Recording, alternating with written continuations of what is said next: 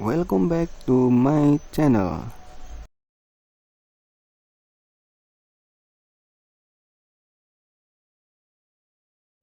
Asal-usul wayang, dilansir jadi berita dari berbagai sumber, ditinjau dari sejarah yang ada.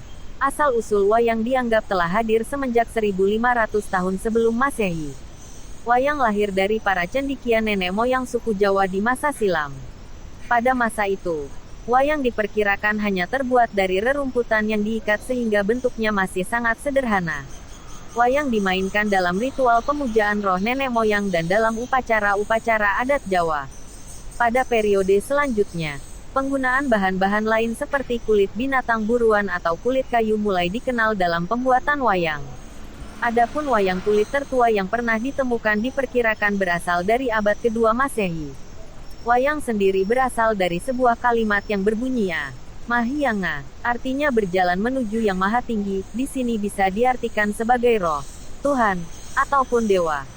Akan tetapi ada sebagian orang yang berpengertian bahwa kata wayang berasal dari bahasa Jawa yang berarti bayangan, atau yang dalam bahasa Indonesia baku adalah bayang.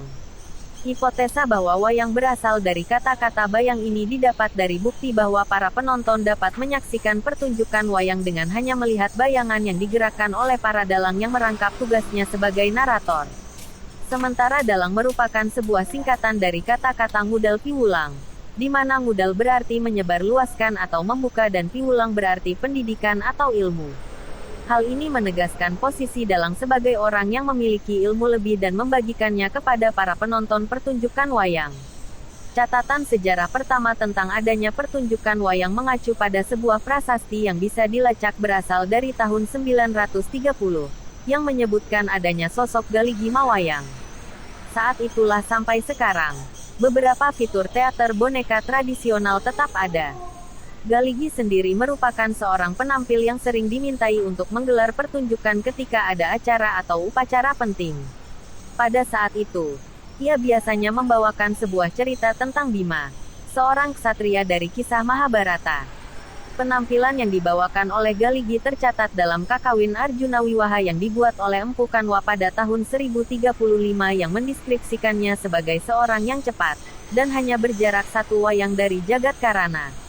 Kata Jagatkarana merupakan sebuah ungkapan untuk membandingkan kehidupan nyata kita dengan dunia perwayangan, di mana Jagatkarana yang berarti penggerak dunia atau dalang terbesar hanyalah berjarak satu layar dari kita.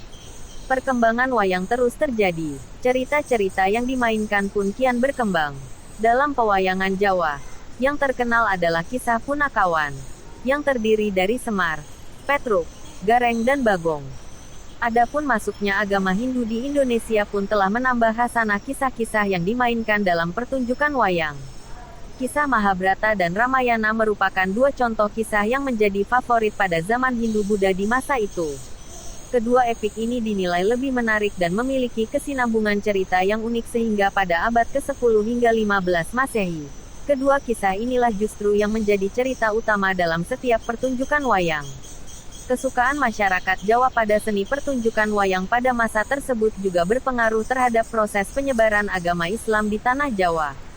Sunan Kalijaga misalnya, ketika beliau berdakwah, beliau akan menggelar pertunjukan wayang dan memainkannya untuk mengundang banyak orang datang. Dalam pertunjukan itu, beliau menyisipkan pesan moral dan dakwah Islam secara perlahan agar masyarakat yang mayoritas masih memeluk Hindu dan Buddha itu tertarik untuk mengetahui Islam lebih dalam. Dari perkembangannya, pertunjukan wayang juga mulai diiringi dengan segala perlengkapan alat musik tradisional gamelan dan parasinden.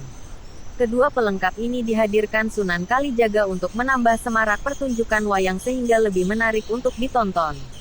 Pertunjukan wayang ini kemudian berkembang menjadi beberapa jenis. Salah satunya adalah wayang kulit. Dalam sejarah asal-usul kesenian wayang kulit sendiri terbagi menjadi beberapa jenis dan satu di antaranya adalah wayang kulit gagrak Banyumasan. Untuk wayang kulit jenis ini adalah sebuah gaya pedalangan yang juga dikenal dengan nama pakeliran. Gaya ini dinilai sebagai cara untuk mempertahankan nilai, di mana perawatan dan kualitas yang mereka tunjukkan di panggung selalu menunjukkan hal ini. Unsur-unsur yang ada dalam pakeliran adalah lakon, sabet gerakan yang akan dilakukan oleh para wayang catur, narasi dan percakapan antara karakter, serta karawitan yang berarti musik. Contoh lain dari pembagian jenis wayang kulit lainnya wayang kulit Banjar, yang sesuai namanya berkembang di Banjar, Kalimantan Selatan. Masyarakat kerajaan Banjar awalnya memang telah mengenal seni wayang kulit ini dimulai dari awal abad ke-14. Pernyataan ini menjadi jauh lebih kuat ketika Majapahit akhirnya berhasil menduduki beberapa bagian wilayah Kalimantan dan membawa misi untuk menyebarkan agama Hindu menggunakan taktik untuk mengadakan pertunjukan wayang kulit. Contoh lain lagi ialah wayang siam yang terkenal di Kelantan, Malaysia. Wayang siam sendiri merupakan sebuah pertunjukan wayang one-man show, di mana bahasa-bahasa yang digunakan adalah bahasa Melayu.